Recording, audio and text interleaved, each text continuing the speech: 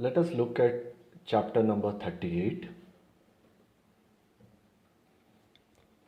Maxwell's equations and electromagnetic waves. But for your syllabus, I will be concentrating only on Maxwell's equations. Recall the electromagnetic equations.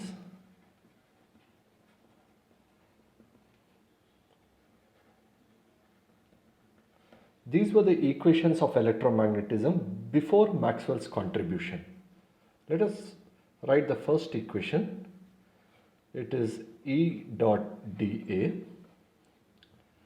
is equal to Q by epsilon naught. This was also called as the Gauss's law.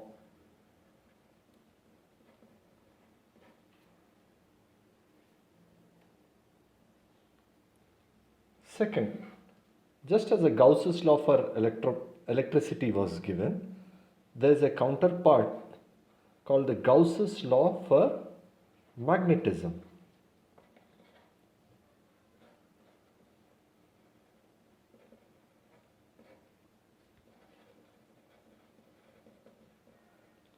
Notice the zero on the right hand side for the Gauss's law for magnetism. This zero has a physical meaning. It means that no magnetic monopoles exist. What do I mean by that? Just as a pure plus sign or a pure minus sign exists, in nature you can never find just a north pole or a south pole. You will always find magnetic dipoles only in nature. That is why the right hand side is zero. That is, the flux lines that enter will always be equal to the flux lines that exit a closed surface. That is why the right hand side is zero. Next, E dot ds is equal to minus d phi b by dt. This was called the Faraday's law. And the way this equation should be read is from right to left. That is, changing magnetic flux produces an electric field. And the final equation is B dot ds. Let us be careful. Let us indicate the closed surface here by a circle here. This is a closed loop here.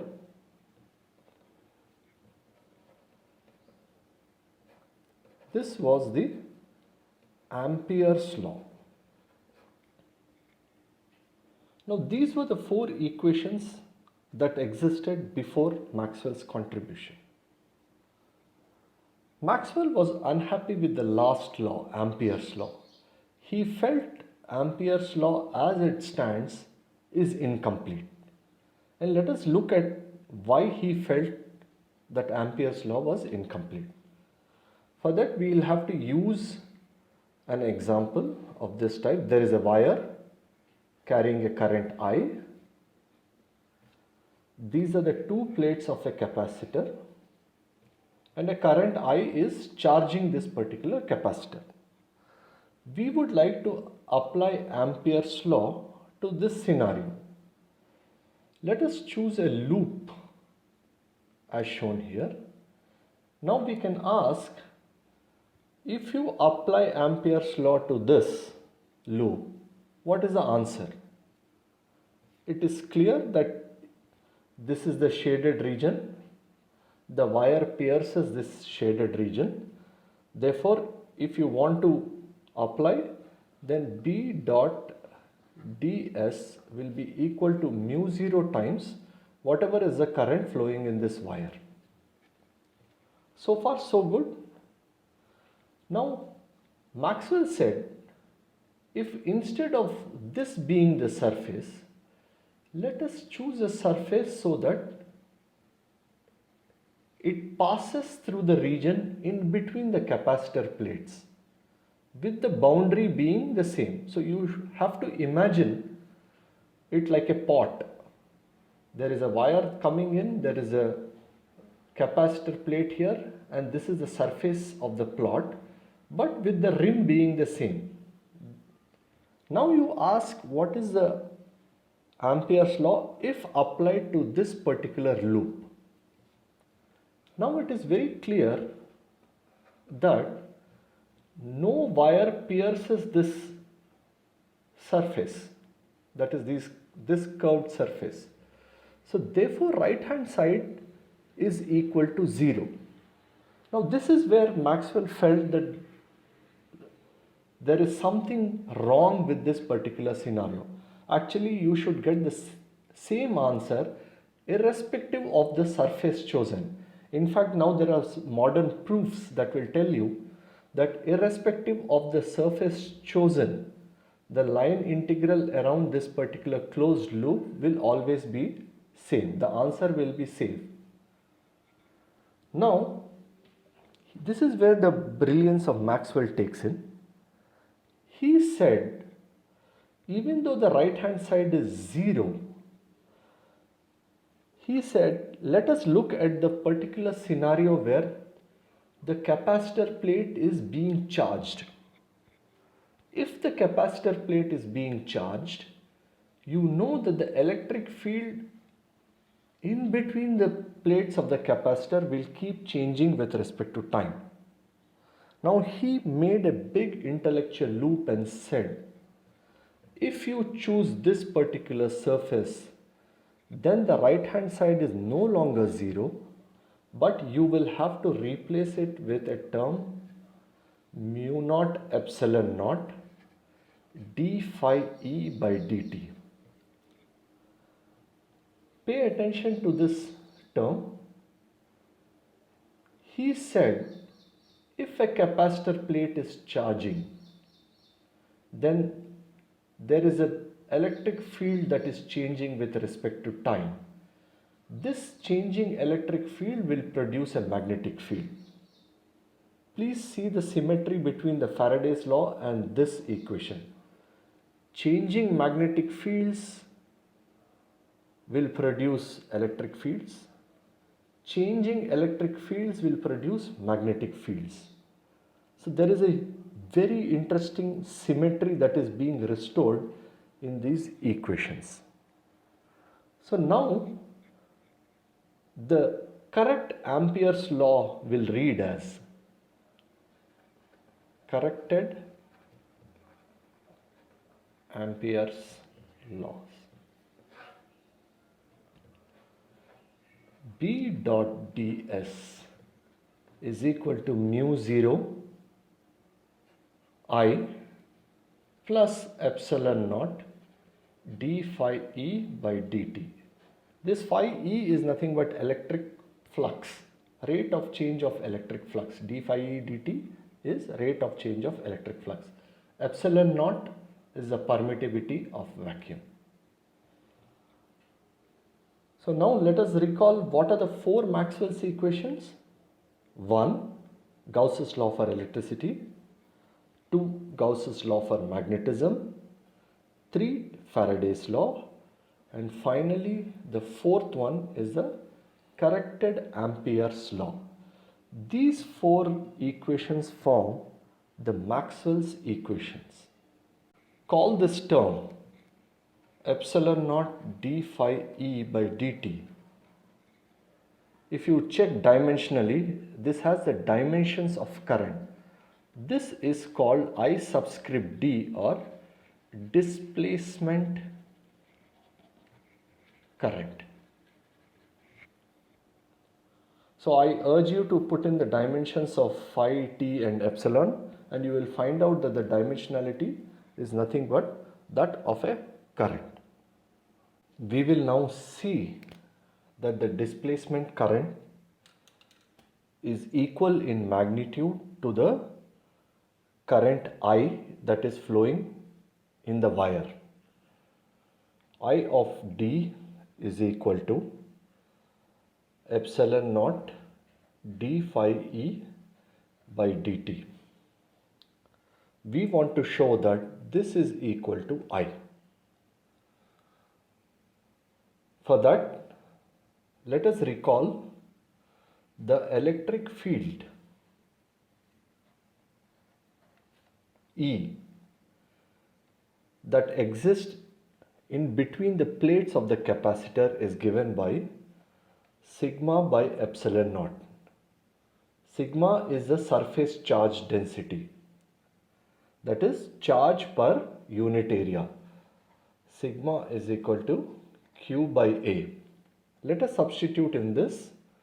We get E equal to Q by epsilon naught A, or we can write it as Q equal to epsilon naught A into E. Now let us take derivative on both sides of the equation with respect to time. dq by dt equal to d by dt epsilon naught A into E. But since epsilon naught is a constant, it can be brought outside. So therefore this becomes epsilon naught d by dt A into E. But A into E is nothing but flux, electric flux. So therefore this becomes epsilon naught d phi subscript E by dt. But notice dq by dt is nothing but the current. Therefore, we have shown that the displacement current is numerically equal to the current I that flows in the wires. A few comments are to be mentioned here. Though we have called I of D as displacement current, it is physically different as compared to this I. The usual I, current that flows in the wires, is because of the flow of electrons, whereas the displacement current is because of the changing electric field with respect to time.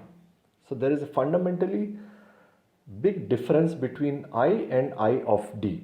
You must never forget that. There is another interesting comment that I want to make.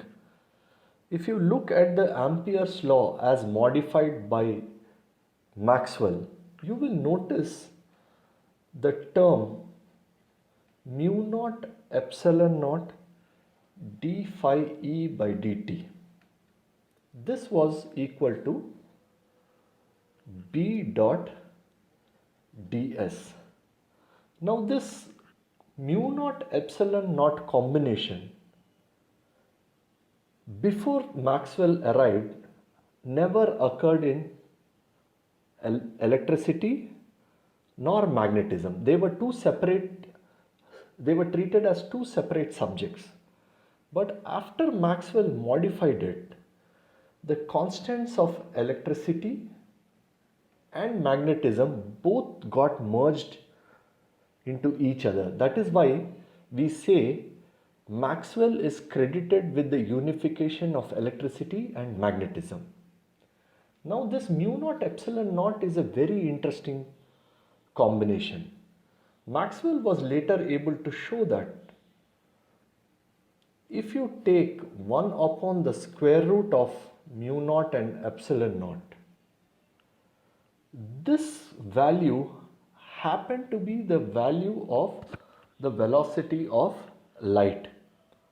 That is how Maxwell concluded that light is nothing but an electromagnetic wave. This was a huge achievement, in fact a theoretical triumph if you would like to call it. Now let us get into a numerical problem where I will bring out the subtleties of this induced magnetic field as opposed to the induced electric field. For this we will be looking at sample problem 38.1.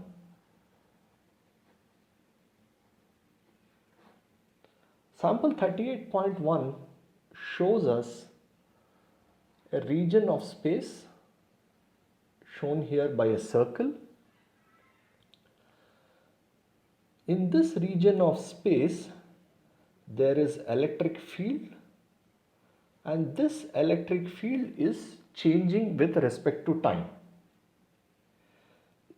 And we know that if in any region of space electric field is changing with respect to time, there will be a magnetic field produced. Now you must ask the question, what is the direction of the magnetic field that is produced? And if you look at your textbook figure 38.2, you will get a very interesting answer for that. If in this region of space, that is electric field pointing into the plane of the paper, if it is increasing with respect to time, then magnetic field is produced in the clockwise direction. This is the direction of the magnetic field.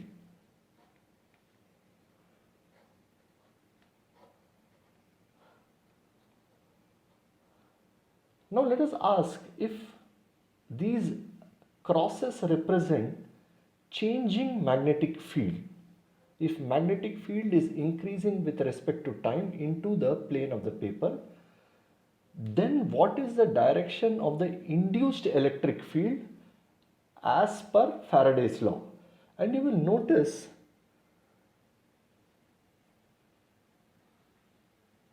the electric field induced will be anti-clockwise in direction. And the reason for this clockwise and anti-clockwise difference is because of the crucial minus sign that is present in Faraday's law. So let me recap this once more. There is a region of space, electric field is increasing, it is pointing into the direction of the plane of the paper. The magnetic field induced will be clockwise. Now, if magnetic field were increasing into the plane of the paper, the induced electric field would have been anti-clockwise. And that is because of the minus sign present in Faraday's law.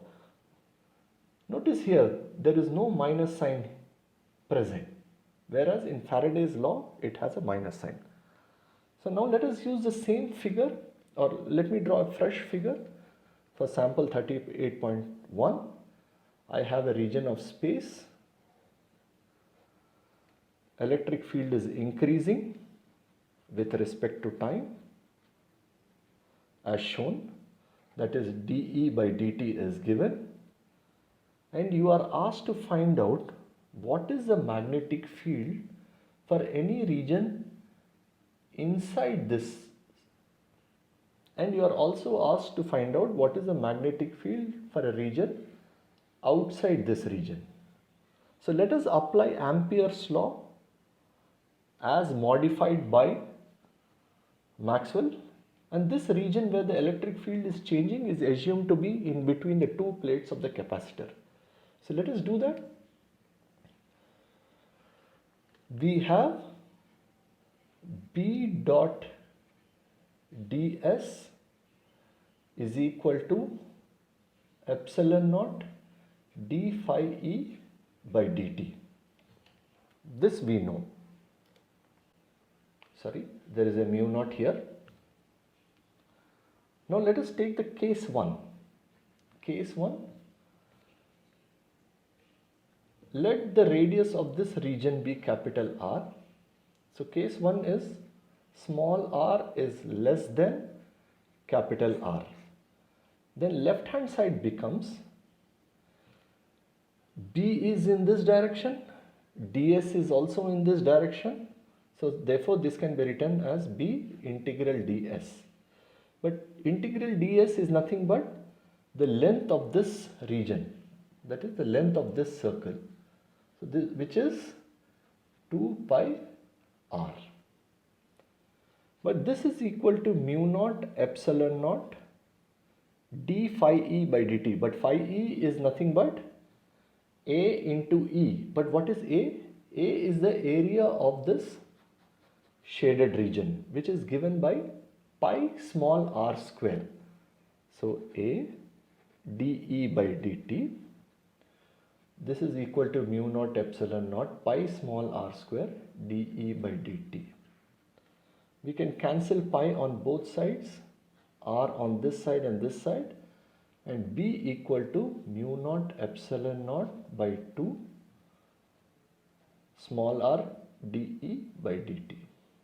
So in your sample problem, dE by dt is given, small r will be given. You can substitute the numbers and find out what is the magnitude of the induced magnetic field. Let us take the case where r is greater than r. That is, you are now in a region of space that is larger than capital R. Please remember and keep it in mind that the electric field is changing with respect to time only in this region, capital R, this region. So let us apply B dot ds on the left hand side to this particular loop or this particular circle. It is given by B integral ds just as before. Integral ds is now nothing but the length of this new circle, which is 2 pi r, mu naught epsilon naught A dE by dt. But what is this A? This A now includes the total region, that is the area of this region, pi capital R square.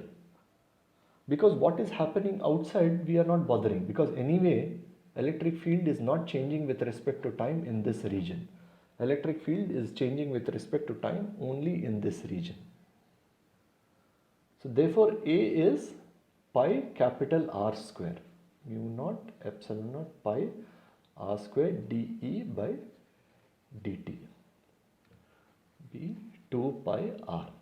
We can cancel pi on both sides, and this can be written as B equal to mu naught epsilon naught divided by 2, this 2, R square divided by R, this R, dE by dt. Notice when small r is equal to capital R, this reduces to this.